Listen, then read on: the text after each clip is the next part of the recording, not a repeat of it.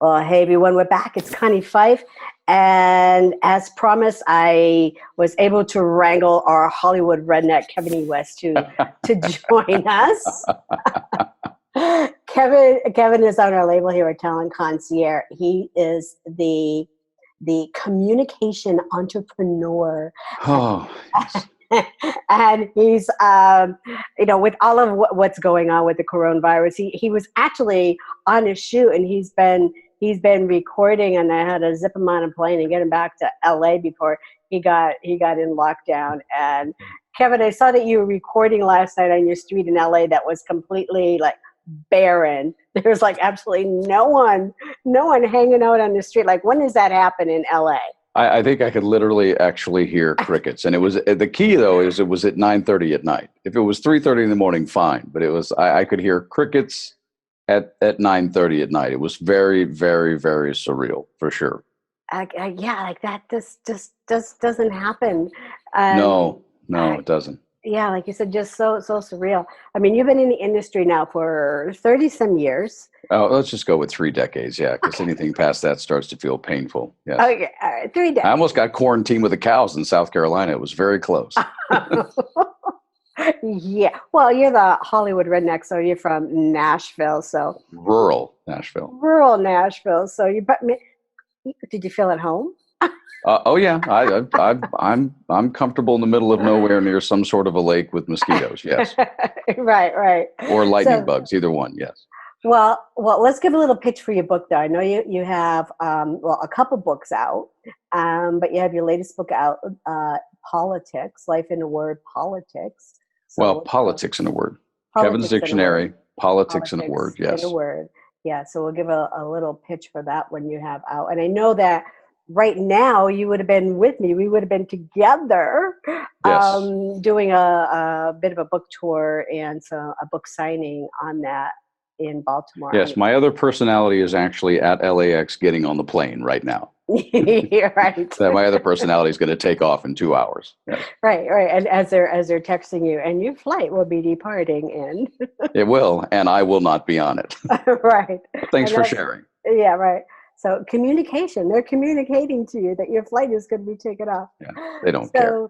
I know they don't care. So I wanted to bring you on here, and I've been doing these video series, and you're part of our video series 3, and talking about on-camera presence, and we want to talk about breaking through the fourth wall. And I thought this is your space. This is exactly everything that you do, and you were founder of the Actors Network and television personality. And I'm going to turn it over to you really to talk about this. But why don't you start by sharing what is on-camera presence, and why is that important for a speaker? Well, I obviously, when you were going to speak on camera, everything kind of matters to a degree. Depends on the situation, the scenario, of course. But I would actually say that a lot of times on-camera presence is actually on-camera awareness. One of the key elements, certainly if you're talking about doing scripted dialogue, which does not apply in this conversation, you have to have an awareness with regards to your physical body and how your physical body is being, standing, etc., just for the standpoint of being in focus, because everything that's shot on camera is done with a particular type of lens and with a focus range. So if you're not aware of that, or more notably unaware of it, you're liable to actually move in a way that puts you out of focus. Now, that doesn't apply to this conversation, Connie. When you talk about on-camera presence for what we do, the most important thing I want to start out by saying is that we have to have 2 different conversations, and they both have certain bullet points that are associated with each one. The first one, of course, is what we spend most of our time talking about, which is when you're either speaking in public or you're speaking on a stage in a much broader scenario, whether it's a theater or whether it's some riser somebody set up in a conference room. It doesn't really matter. Mm-hmm. But if there are cameras in the room, it doesn't matter to me, because I would look at speaking in public as I would pick out 3 people, center, left, right, who were in the audience, and to me, their eyeballs are the camera. So whether there are 3 cameras on you, 2 cameras on you, 1 camera on you, speaking in public is very different than, which I know you do, because you do this with your clients when they finish speaking, is you interview them. Right. So having an on-camera presence, being interviewed by one person or two people, pretending maybe it's a magazine show, right? If you wind up on some sort of a network morning show or something, and there are people on each side of you, or you're on a panel, the on-camera presence for whether you're being interviewed or on a panel versus being on stage kind of involve a couple of different things. And that's part of what I wanted to chat with you about this morning, was just a couple of different bullet points related to those two different forms of perhaps being on camera. So that's really, really interesting, because we do work with a lot of people, and initially, they come, they want to be a speaker. They want to be a world-class speaker. And then we talk about, okay, well, we need a video from you. And you put a camera in front of them and they just freeze. Or they get in front of a camera and they're all, the arms are like this and they're all over the place and they're not looking at the camera. They're talking, yeah, let me tell you what's going on, and they're not looking at the camera. So what is your best advice for someone to start getting comfortable in front of that frame, in front of that camera, and saying, okay, this is where you need to talk and this is where you need to have the conversation, so you're engaging the person on the other side of that screen? What's your best advice for that? Well, I've got a couple of points on just the concept of speaking on stage. So this actually comes from my former acting coach, and it's valid. It sounds silly, but it isn't silly. Not only from the standpoint of nerves, but he would always use the phrase, relax your shoulders. Now, there's a difference in taking an inhale and an exhale, and even what you just did, like adjusting your shoulders. You can still walk out with your shoulders back in a very confident fashion, and yet still have your shoulders relaxed. When you can think in your brain you've relaxed yourself, but you may not realize your shoulders are still someone wouldn't even notice that your shoulders were tense. So just the concept, before you walk out on stage, just actually feel your shoulders drop. It doesn't mean they aren't pulled back, but just that they drop. It's a form of actually realizing your body is far more relaxed than you may think it is. So that's an easy point to make. And I do catch myself doing that. And even before I go on camera, I will do that. And I'll just let them drop, because if anyone takes yoga, it's just a form. It adds to what we would call the metaphorical exhale before you walk out on stage. And obviously, and we all know this, but we talk about wardrobe because, how I dressed this morning for this, or how you dressed to be on camera with me. Yes, we always dress for where it is we're supposed to go. But you should also combine that with, and we talked about this, you do this with your clients. We talked about this. You have to also dress not only for the event or your audience, but you also have to dress for you. Yeah. What are you? There are people who are very much comfortable in speaking in a full suit and tie. Right. I could do it, but this is what I'm most comfortable in, and I'm wearing jeans, and that's just, when I go to speak, that's the Hollywood redneck. That's the cowboy in me. At the same time, the guy who's played a lawyer on television. So one of the keys about your wardrobe is just don't limit it to whom you're speaking and for what you're speaking, but also include you. Your wardrobe matters so much, and especially as an actor, when you get to put that cop suit on, or you put the fireman thing on, or you're wearing a suit, or it has an effect on, quote unquote, the character you're going to choose to be. So make sure you add, for me, to the wardrobe conversation. That's one of those things that's really important, and that a lot of people sometimes ignore. Well, that's interesting, and you talk about the wardrobe, and one of the books that I do have up on my shelf there, it talks about the wardrobe, because that is a big conversation about the wardrobe. And even our showcase that we had last year, and preparing for our showcase for this year, I said, I need to have more of a wardrobe conversation. Because sometimes we think, well, that's not as important, or people, it's common sense, but a lot of people don't have the common sense. No, yeah, I mean, somebody may look right on stage, but do they look like they feel right? Right. Wardrobe exudes a feeling from you, no matter how conscious. I'm obviously extremely conscious of it, but it just does. So it just, don't just dress for to whom you're speaking or for where you're speaking, but also dress for you. It's a combo. Right. And it is a combo. And I know, like, for me, when I came out of corporate, I was used to the business suit, the business Sure. attire, and then becoming an entrepreneur, it was a bit of a, how do I dress? How am I supposed to dress?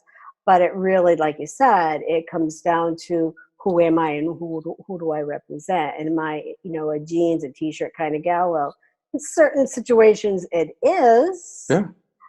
Just but depends. it just right. It really does depend. So that was really something interesting that you brought up. But you have to be comfortable with what you're wearing, but also not comfortable too Right. much. That's correct. Yeah. Again, but that's the dress for your audience part. So You're it's right. audience and event Mhm. first in public, but then it Mhm. also has to include you. And just the has to include you part is my point of that gets Mhm. included in part of this conversation. The next thing I would say is when you're doing a public presentation in any form, we are all storytellers. That is part of what Mhm. you're doing. Whatever your program is, you're still telling a story, and it's Mhm. still, once upon a time, fade in, whatever phraseology you want to use. So when speaking to a group, I would always tell people, you may be presenting something, but you are telling a story. So it would help you if you just practiced a little bit in your head and picking out a small familiar group in your world Mhm. of who you're telling the story to. It doesn't matter if there's 50 people in the audience or 5,000 people in the audience. If you can walk out on stage, prep yourself, thinking that you're talking to 5 people. It doesn't have to be your family, it doesn't have to be your siblings, but Mhm. some small subset in your life that you would sit down over Thanksgiving dinner or over a holiday meal and tell this story to, that is your program. It's going to give you an internal connection that very much helps keep you centered while speaking. Because the next point I would make about public speaking in terms of being centered is your physical movement. So depending on how big your stage is, Connie, it doesn't really matter to me. I don't care if Mhm. it's 100 feet from side to side or 50 Right. feet from side to side. You should always be practicing at home about a 6 to 8 foot half moon. Okay. And your furthest point left or your furthest point right that you physically move your body Right. would be about 6 to 8 feet. And if I had 3 cameras placed out and I were to draw a line from each one of those points, the lines actually would go out in between the cameras. They wouldn't go all the way out to each camera. You don't Mhm. have to go that far. And when you go to make your points, understand that if you move at an angle, then this camera is not going to see you, or this audience member is not going to see you as much. Right. So you begin to learn to move in a direction where your right foot is still dead center and your left foot's turned, and you Mhm. practice turning your torso more than you do your entire body. This is an on-camera presence and an on-stage presence for speaking that would be different from acting or whatever it may be. Right. So and the other point is that when you go to move on stage, typically you're going to want to move, because I mean, you know me well. If I can ramble with my hands all over the place and wander all over the place, I'm a high energy guy. I shouldn't be allowed to have coffee. But if you have me on stage, you're going to notice that I only go so far. There's only so But far. that is such great advice, because I've seen some speakers and very high, uh, high level speakers that have been around for a very long time, and they're on the stage and they're like, and they're shuffling and they're moving here and they're moving here, Yeah. and I'm getting dizzy. Yeah, I mean, if you reach a certain level, whether it's Mr. Robbins or anybody else, there's a lot of obviously the success allows us to break a lot of rules. But until Right. you're really comfortable, I just Mhm. that 6 to 8 foot half moon Yeah. distance is really Mhm. important, and that you have your feet that go like this or then go like that, but Mhm. your torso turns to if you Right. want to go. And the other thing is when you go to move, as opposed to just being center, Mhm. make sure you start to, because you should do it more often on a specific point. So start the move at the beginning of your point, but when you Right. go to actually finish up that key moment that are Uh-huh. spread throughout your 45 minutes or 50 minutes, make sure you land as you say what that last moment boom is before you go back to center, because otherwise it's going to get lost by the people that have a different angle on you. Yeah. Want to make sure you land just before you, let's say, put the Mhm. period on the sentence. That would be It's a really big key to me. You have to land on that moment. And the last general point for the purpose of this morning on the public stage thing, as opposed to the interview thing, would be, not a lot of people would tell you this, but it is one of the problems that happens when we're on camera. It doesn't, I mean, you've been doing this a long time, Connie, but we all sometimes have a moment where you either have a misstep in something you say, a glitch in your language, maybe a brief moment of where I'm at in my program, whatever it may be. Find a way, this is very personal, but find a way to have some sort of what I call an out clause. Have your own sort of out. It's a moment, whether it was goofy, garbled language or something didn't fly, you know what mine is, but have a way that you're able to sort of make a joke or make a comment that's your own, that allows you to get yourself back on track just for, I call it an out clause because that's what I call everything. Mine is, of course, oh, that should have been funnier. I mean, that's what, and I don't even do it necessarily because I've made a misstep. I do it for a joke, but you have to have something in your toolkit as a public speaker that when you find yourself off track, you have an anecdote or a couple of statements, something that gets you out and puts you back onto where you have to go. Because the camera or the people on the front row, because they are a camera, are going to pick up on it if the stark terror runs through you and it just stays there. And that's just a way to sort of fool the camera and fool the audience that you had a brief brain fart and you went bye-bye and you had to come back. So those are my 6 things that are just really short for this morning about on-camera presence when you're publicly on stage. Wow. And then I have the interview part. Yeah, look at that big cup of coffee. There you go. It's almost as big as my head, only not quite. I have a basketball head, so there we go. Why Kevin is. So a couple of things that you said there, like looking at your audience and, would you take that same premise of looking at the audience, whether it's 500, 5,000, and thinking about them as your closest friend or your neighbor? Small group. So would be more than one person if you're on a stage. So would you take that same thought when you're sitting in front of a camera and doing an interview, or just trying to create a thought or creating a scissor, when they freeze in front of a camera?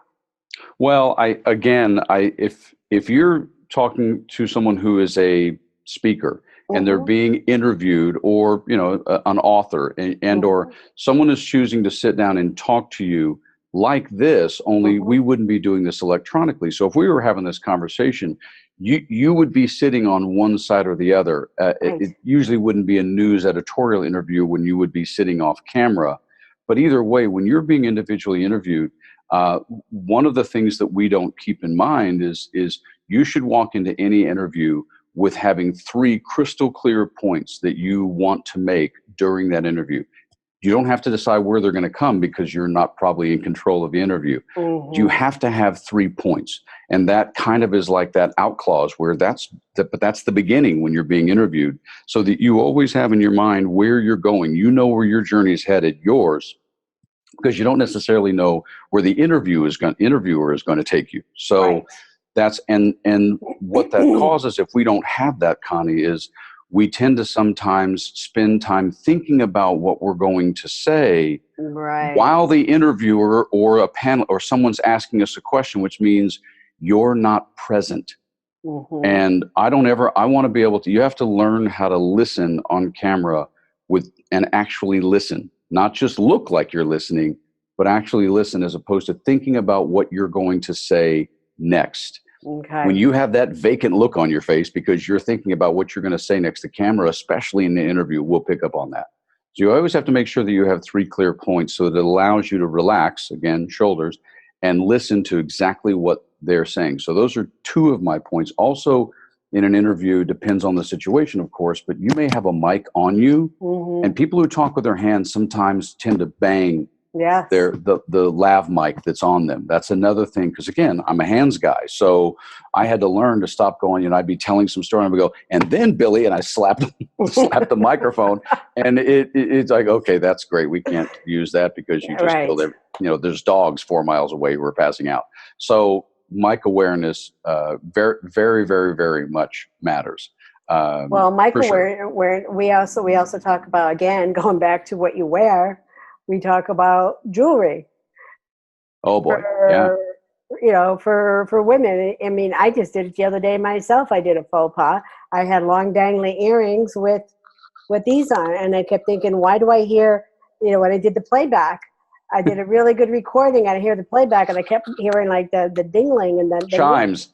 Chimes. You were a front porch. Right, and I'm like, what is that noise? Then I realized I did it myself. Yeah. Just things like that, not to wear the dangly earrings and making the noise, or bangle bracelets or things like that. So we have those conversations as well. So oh yeah.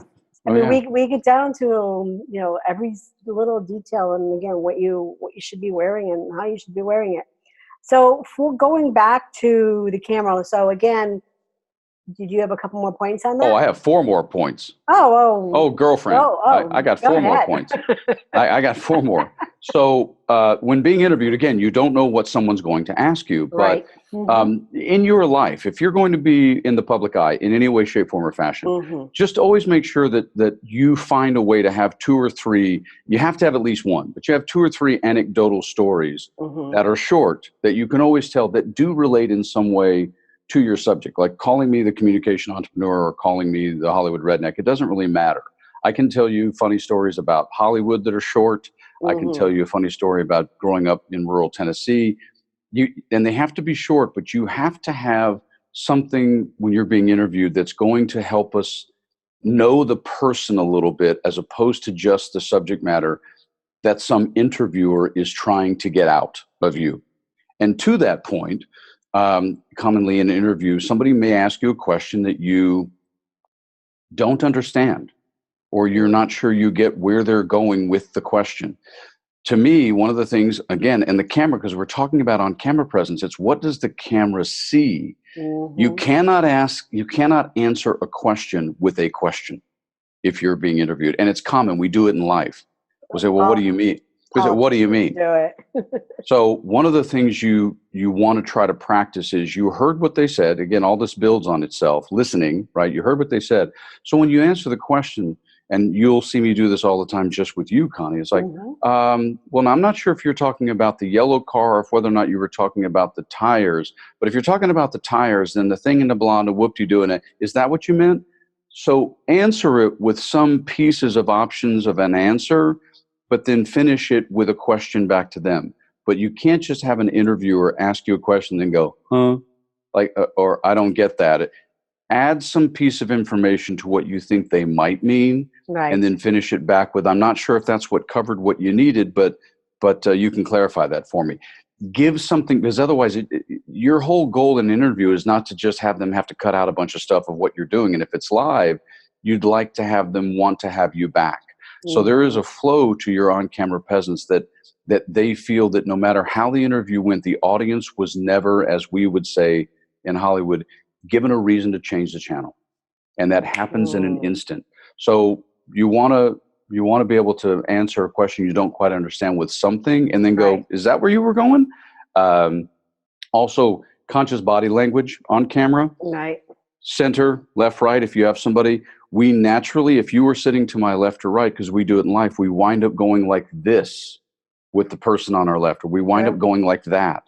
Wherever your center point is, understand that your chin shouldn't move any more than 45 degrees off of that line like this.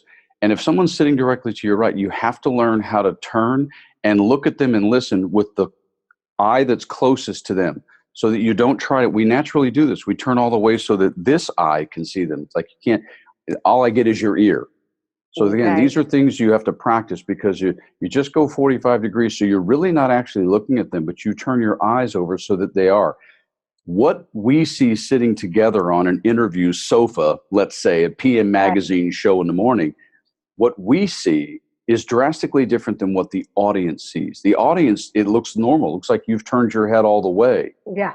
You haven't. So to get used to talking to someone and listening to someone where you know you're not really looking at them all the way like this, Right. you're just off here, but you're looking with your eyes, that's weird. It doesn't feel normal to us. Right. But if you're being interviewed and someone's sitting with you, they're not across from you like you are with me right now.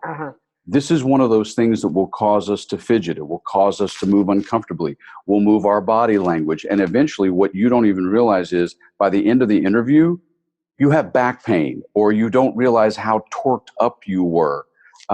It's amazing how much that little technique, if you practice it, will become second nature to you, and it will make your interviews look a lot better when someone is sitting with you as opposed from across from you. And the last thing I'll say about being interviewed, because I remember the first time this happened to me and I was like, I don't have an answer to this question and I should. Understand that there's a really good chance, depending on the concept of what you're being interviewed for, that someone's liable to ask you who your hero is. Someone's liable to ask you what inspired your journey. And someone's certainly likely to ask you, for somebody who likes what you do, what piece of advice you would give somebody who wants to go down your path, whether that is to be a public speaker or an author, or an actor, or a travel guide. It doesn't really matter. But if you don't have those three things, hero, inspiration, and advice, you're liable to get really stuck commonly in interviews, whether it's the media. It doesn't really matter, but you need to have those things. Yeah, those are the general questions. What if you were to get asked a question, and when we pitch networks, a lot of times we'll say these are the off-limit questions. What if you were to get asked a question that you should have been off limits? Has that ever happened to you? I imagine it probably has. That would be, my guess is it probably has. Knowing me, I probably don't remember it because, first of all, I'd have to figure out what's off limits for me. Not much. Not much. But again, that goes to the out clause. That goes back to the thing that I said about being on stage. If you were to ask me a question that I honestly wasn't going to answer, Kevin would probably, again, it completely depends. It doesn't really matter as long as you have an answer. I probably would say one of two things. I go, well, I can tell you that, but then I'd have to kill you, which is a common thing. Or I might say, oh, I'm so sorry. The only person who can know that is my mother. Even that may be a little creepy. Like, you have to have something. And people think that the whole goal in an interview or on stage is that it comes off as if this just came to you. Oh, hell no. You're like, you're comic. I used to sit at home and practice and figure out what the hell I would say to a question like that. Like that, you have to. This is part of your toolkit. It is literally a toolkit. It doesn't matter whether you've ever worn one or not. You have to sort of know what's coming, and then when you're prepared like that, all it does, this whole conversation, Connie, is about you have a job to do. Whether it's on stage presenting a program, or whether it's being a really good interview, you have a job to do. And no different than, this knowledge is power, Boy Scouts, be prepared. But the more prepared you are, the more comfortable you are, which exudes confidence. So you can practice this at home. You certainly can practice your program and watch your movement on camera. It's not a hard thing to do. I mean, if you're going to do this for real, you should own a tripod and you should have the setup to put your phone on. And when no one's around, you don't have to do it in clothing. You can do it in your pajamas, but you should practice the movements. I mean, you know this because you recommend people do this. And we've even talked about this for me corporate wise. I speak for free every month and I've been speaking for 29 years, but I do it because it's a muscle. It's something you have to keep practicing. And if you haven't been interviewed a lot, and I remember the first time I had one, I was like, oh, Lord. Much less I did an interview on Ukrainian television with a translator. That was a first. I was like, who am I looking at? Wait, where's this coming from? So it doesn't matter what your personality is. It doesn't matter what an extrovert means. Nothing. The camera is going to pick up on everything. It does. Yeah, you have got to be able to remember that you actually did this. And a lot of times we get finished doing something, we're like, what just happened? And Yeah. that's a form of, as my acting coach, to wrap it all the way around up from what I first said, that's a form of not knowing that you weren't present. You got the words out, but Right. we're not sure what the hell it came off as because you weren't really present. Yeah. So Yeah. And I mean, that would be my pitch early on. And this is just scratching the surface of these things. yeah, really. I mean, it really is. There's so much more that we can go into about this and about the camera. I mean, great advice. I know when I first started, I was literally petrified of the camera, and I was in corporate, and I spoke all the time. But when I had to get in front of the camera, it was, oh no, oh my God, I got to get in front of the camera. So I literally took one of the rooms in our house and set up a camera. My husband set up the camera. He set up the camera as a video room that I was being interviewed. And I was interviewed all the time. I was on radio, I was on television, I was doing it, but I was being interviewed for representing either the chamber or the Girl Scouts. I was speaking, but now that I was speaking for myself, for my own company, it was a different story. Yeah. It Yeah. It's on the line, baby. That's on the line. right. It changes everything. So he literally set up a room as a studio, and we still have it. I would go in there and I would stand in front of the camera or sit in front of the camera. It was a green room, and I would talk to the camera. And I took a couple courses, started taking improv, and that's where you and I first actually met, when I was doing improv, to learn how to be present, to learn how to talk to the camera, to have that stage present, to have that very small, like you said, the moon shaped for the stage. So you're right there within the space, whether it's this way, whether it's the camera. And I always go this way. I always do the fan, and whether you're present or not. It's concave, not convex. Yeah. It's on camera, so you do it backwards. So just learning all of that was so different when you have to do it about you. And I would just sit there for hours, and I wouldn't even record. I would just talk to the camera, and it wasn't even recording. And so when people come in and they do that, and I make recommendations, go to improv, maybe take an acting class, and that will help you have that stage presence. That will help you have that. But this is fantastic.